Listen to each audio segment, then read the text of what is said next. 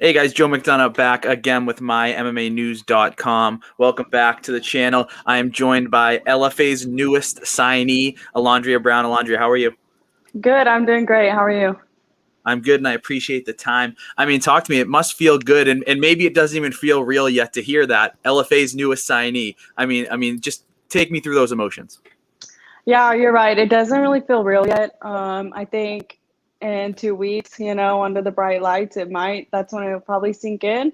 But I'm just super excited. Like, I knew this was going to happen one day, but it's just crazy that the day's finally here. And yeah, I'm super excited. And why was it now the time to turn pro?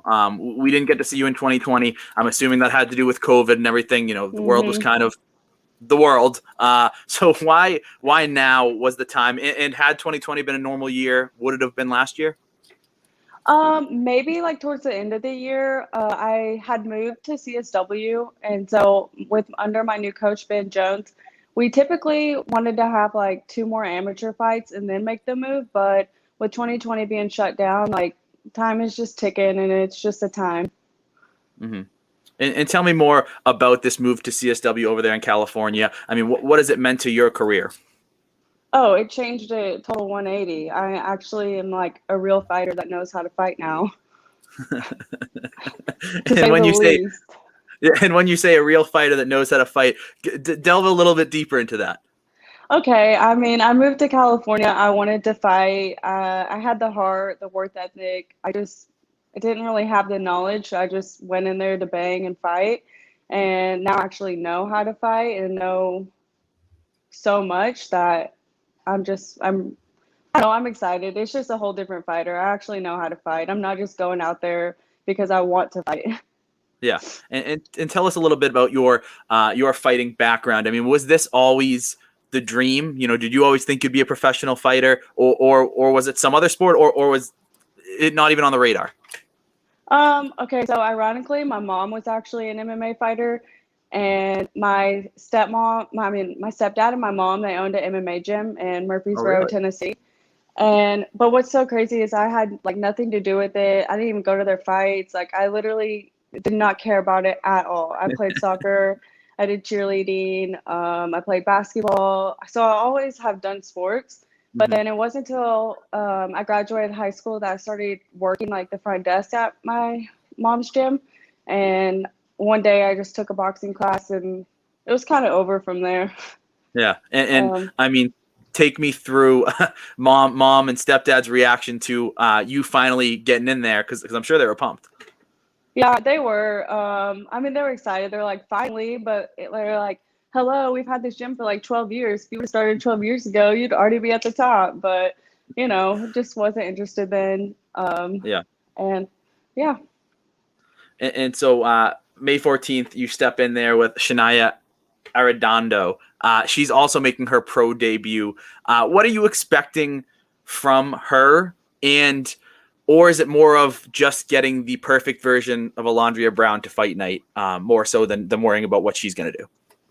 I mean, I've definitely been watching like film on her. I've seen a fight or two, and I mean, if she's the same fighter, I mean, you never know. If someone watches a Mm-hmm. fight of me, my amateur fights, and then what they're expecting is not gonna be the same. So, Yeah.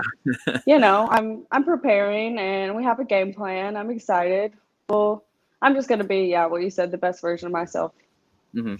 And do you think nerves will be a factor? I mean, the first pro walk, LFA, obviously on UFC Fight Pass, all this stuff. Is that something that crosses your mind? Do you think are you not going to worry about it until you're taking that first step? No, I'm not worried about it. I love being the star of the show. I love when all the attention's on me. So I think I do my best.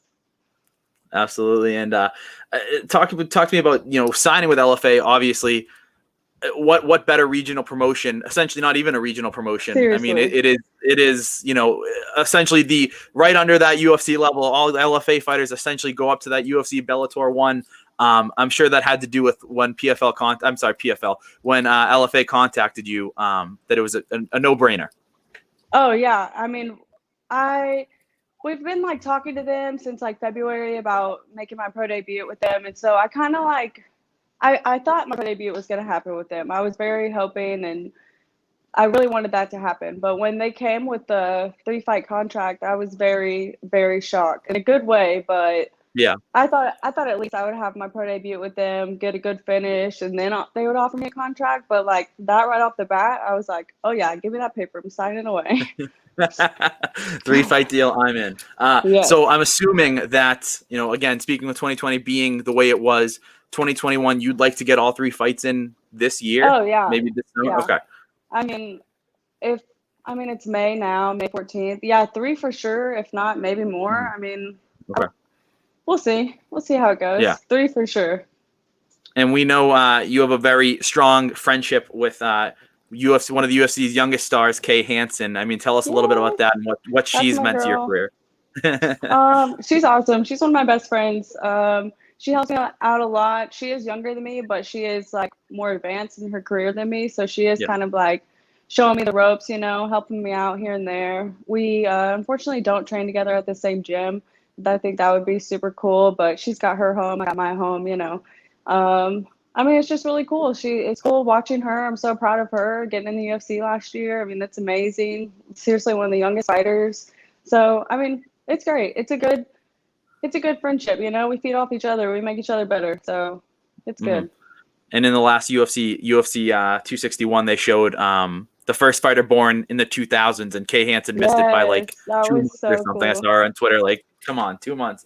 Um, I know. tell me, for fans that maybe haven't watched your amateur career, what for you, and maybe, like you said, you're such a different fighter from your amateur career to now, from moving to CSW, what now is your best attribute as a fighter?